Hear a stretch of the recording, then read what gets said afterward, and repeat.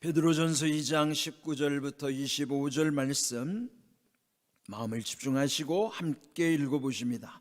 부당하게 고난을 받아도 하나님을 생각함으로 슬픔을 참으면 이는 아름다우나 죄가 있어 매를 맞고 참으면 무슨 칭찬이 있으리요. 그러나 선을 행함으로 고난을 받고 참으면 이는 하나님 앞에 아름다우니라. 이를 위하여 너희가 부르심을 받았으니 그리스도도 너희를 위하여 고난을 받으사 너희에게 본을 끼쳐 그 자취를 따라오게 하려 하셨느니라.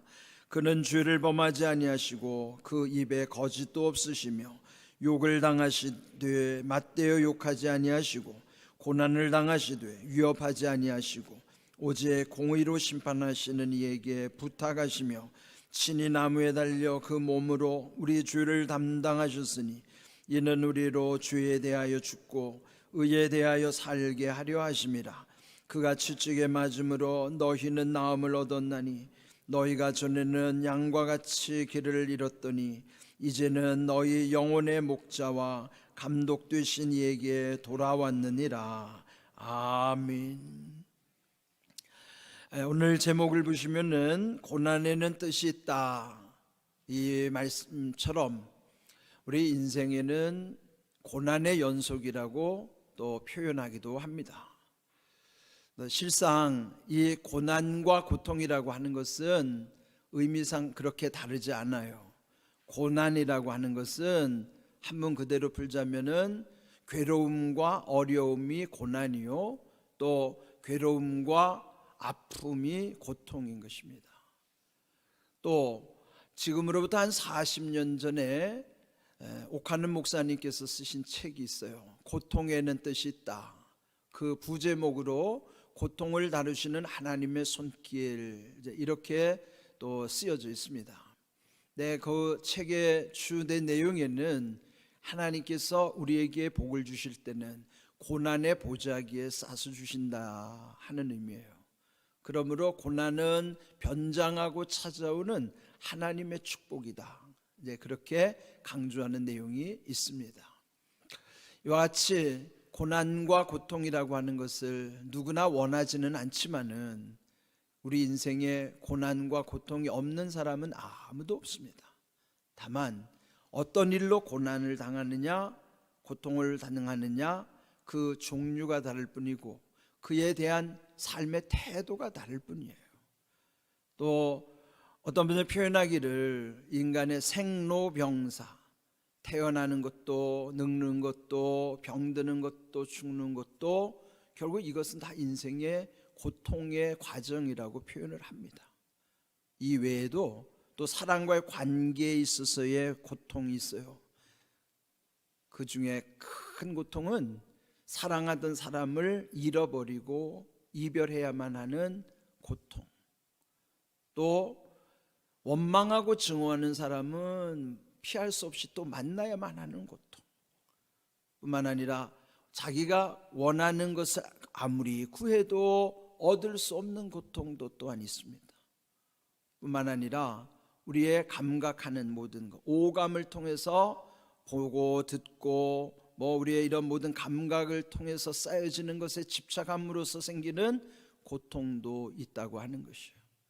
이와 같이 고통은 이래 헤아릴 수 없이 많은 고통이 우리 주변에 있다는 것이죠.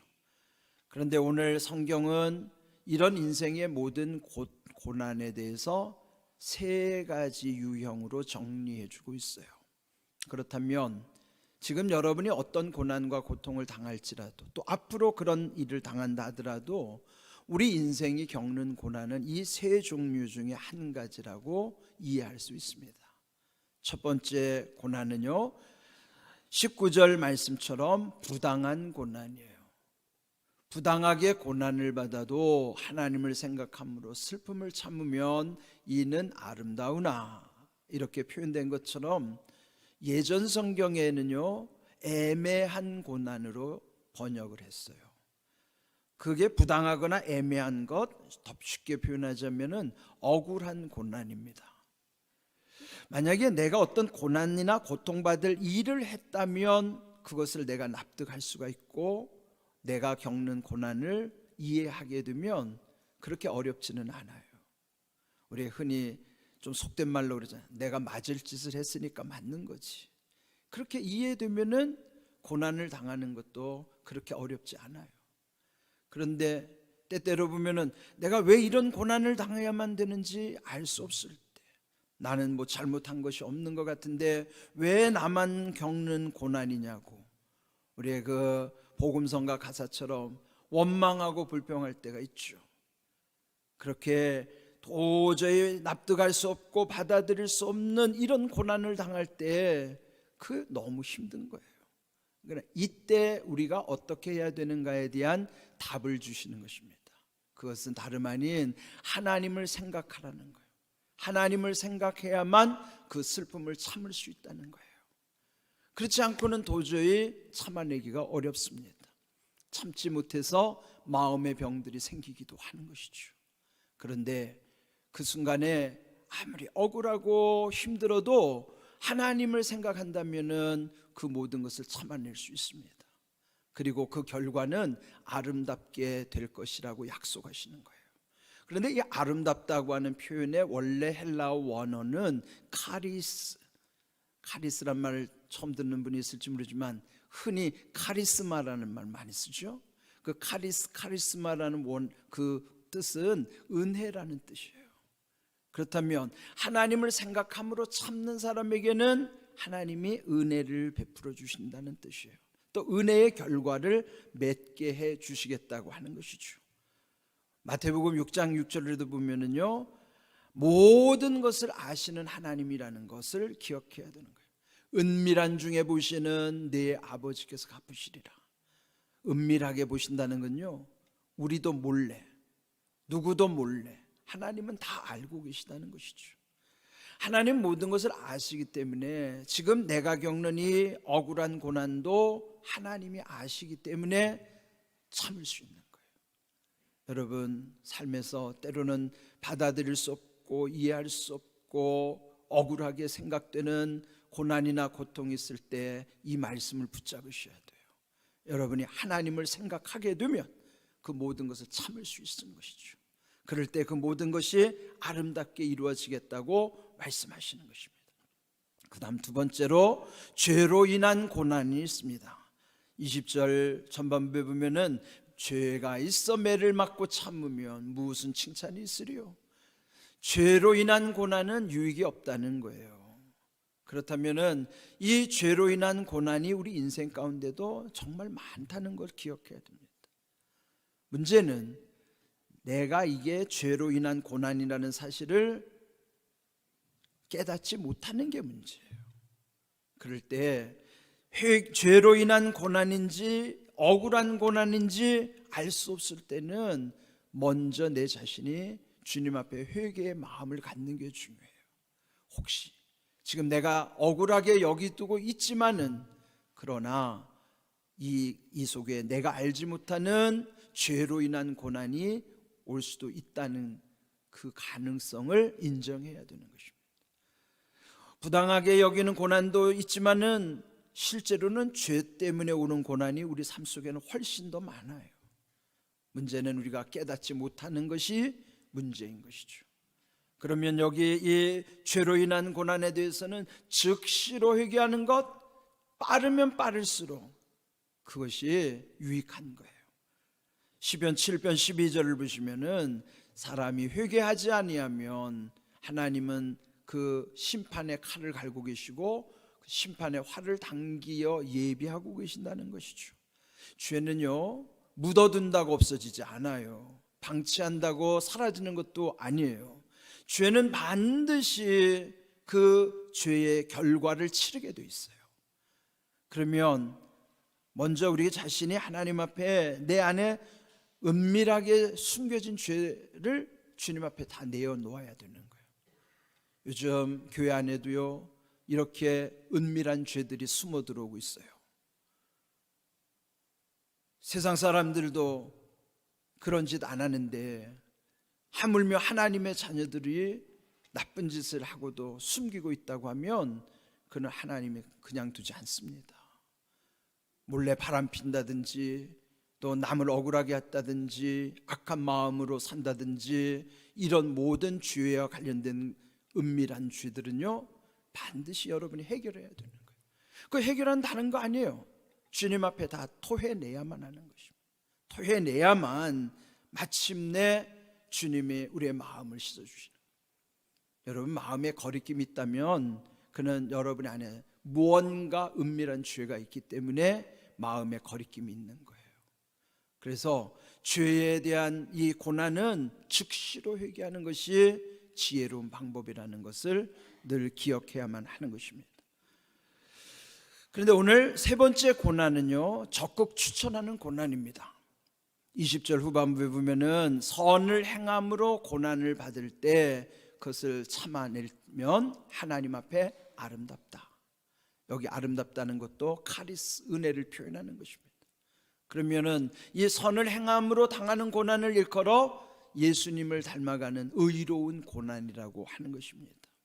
이런 의로운 고난을 위해서 주님이 우리를 불러주셨다고 베드로전서 2장 21절 말씀하고 있습니다. 이를 위하여 너희가 부르심을 받았으니 그리스도도 너희를 위하여 고난을 받으사 너희에게 본을 끼쳐 그 자취를 따라오게 하셨느니라. 누가복음 18장을 보시면 십자가의 길을 가시기 전에 제자들에게 주님이 어떤 고난을 당해야 할 것인가를 말씀하고 있죠. 그는 다름 아닌 그 주님이 당하시는 고난이야말로 정말 억울한 고난이죠. 그렇지만은 하나님의 뜻을 이루시기 위해서 그 고난의 길을 갈 때에 주님이 당하신 고난, 희롱을 당하시고 능욕 당하시고 침뱉음 당하시고 채찍질 당하시고 죽임 당하시기까지 그 억울한 고난이지만은 그러나 하나님의 의를 이루시기 위해서 의를 위한 그 고난을 다 감당하시는 것입니다. 이렇게 고난의 본을 이루신 23절 말씀처럼 그 주님은 욕을 당하시되 맞대어 욕하지 아니시고 고난 당하시더라도 위협하지 아니하시고 오직 공의로 심판하시는 하나님께 부탁하셨다. 즉 맡기시는 거예요. 맡기는 게 믿음인 것이죠. 우리가 복수하려고 하면은 더 큰 화근이 될 수 있어요. 그런데 하나님께 맡길 때 하나님이 그 모든 것들을 다 해결해 주시는 것입니다. 본을 보여주시는 예수님. 여러분, 본이라고 하는 것은요, 정말 주님을 생각하면서 주님의 인도하심대로 살아갈 때 그 본을 따라가 본 받는 거예요. 그런데 때로 우리들의 생각하는 것은 본을 받는 것이 아니라 그저 흉내내는 차원에서 신앙생활을 한다면 그런 변화가 없습니다. 본받아야지 흉내내는 것을 본받는다고 착각하면 안 돼요.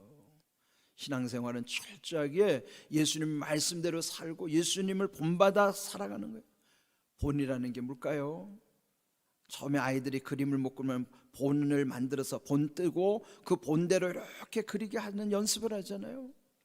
우리도 예수님이 말씀하신 대로 또 살아가시는 그 방식을 따라서 때로는 고난이 와도 그 길을 가야 하는 것입니다.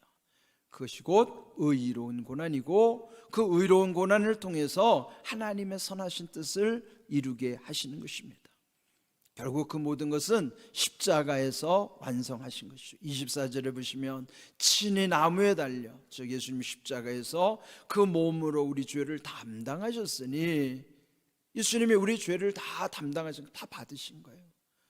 그러면 우리가 어떻게 살아야 되는가? 죄에 대해서는 죽어야 하고 의에 대해서 살아나야 하는 거예요. 죽고 사는 문제를 여기서 어떻게 할 수 있을까요? 반응의 여부에 따라서 할 수 있는 거예요. 병원에 가면은 그 신경 조직이나 이런 것이 살아있는가를 한번 자극을 주면서 반응이 보이면 그게 신경 조직이나 이런 게 살아있는 거지만은 아무리 찔렀는데도 반응 없으면 그건 죽어 있는 거는 맞죠. 그렇습니다. 죄에 대해서 죽는다고 하는 것은 죄에 대해서 반응하지 않는 거예요. 그리고 의에 대해서 살아있다는 것은 의를 향하여 우리의 삶이 반응하는 거예요. 그것이 곧 예수님의 십자가에서 우리의 모든 것을 담당하신 것을 믿고 인정하는 사람의 삶 속에서 나타나는 변화라고 하는 것이죠. 이런 귀한 은혜, 십자가 사랑 안에서만이 이런 모든 것을 이루어갈 수 있음을 기억하십시오. 그렇다면 오늘 이 말씀 속에서 말하는 세 가지 고난의 유형, 그것이 억울한 고난이든지 죄로 인한 고난이든지 의로운 고난이든지 그 고난 속에는 다 나름대로 뜻이 있는 것이에요. 그리고 그 고난 속에 하나님의 은혜도 있는 것이에요. 심지어는 죄로 인한 고난마저도 회개하게 하심으로 말미암아 우리를 돌이키게 하는 유익이 있는 것입니다. 그러면 우리가 당하는 고난이, 지금 내가 당하는 고난은 어떤 유형에 속하는가를 한번 돌아볼 필요가 있습니다. 중요한 사실은 하나님을 생각해야 된다는 것이고, 그 모든 고난이 결국은 유익하게 되는 거예요. 결론은 시편 119편 71절 말씀처럼 고난당하는 것이 내게 유익이라, 이로 말미암아 내가 주의 율례들을 배우게 되었나이다. 율례라는 것은 말씀이죠. 그 말씀을 통해서 결국은 이런 모든 고난의 의미를 알게 하시고, 그 다음에 그 고난 속에서 하나님의 선하신 뜻을 이루게 하시는 것을 믿기 때문에, 그렇다면 이 고난의 의미를 알고 그 고난의 의미 속에서의 답을 찾게 되는 것입니다. 제가 20여 년 전에 부목사로 지낼 때였습니다.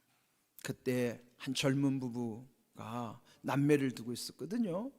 그런데 그 집에 갑자기 화재가 발생했는데 집에 뭐 이렇게 많이 탄 건 없어요.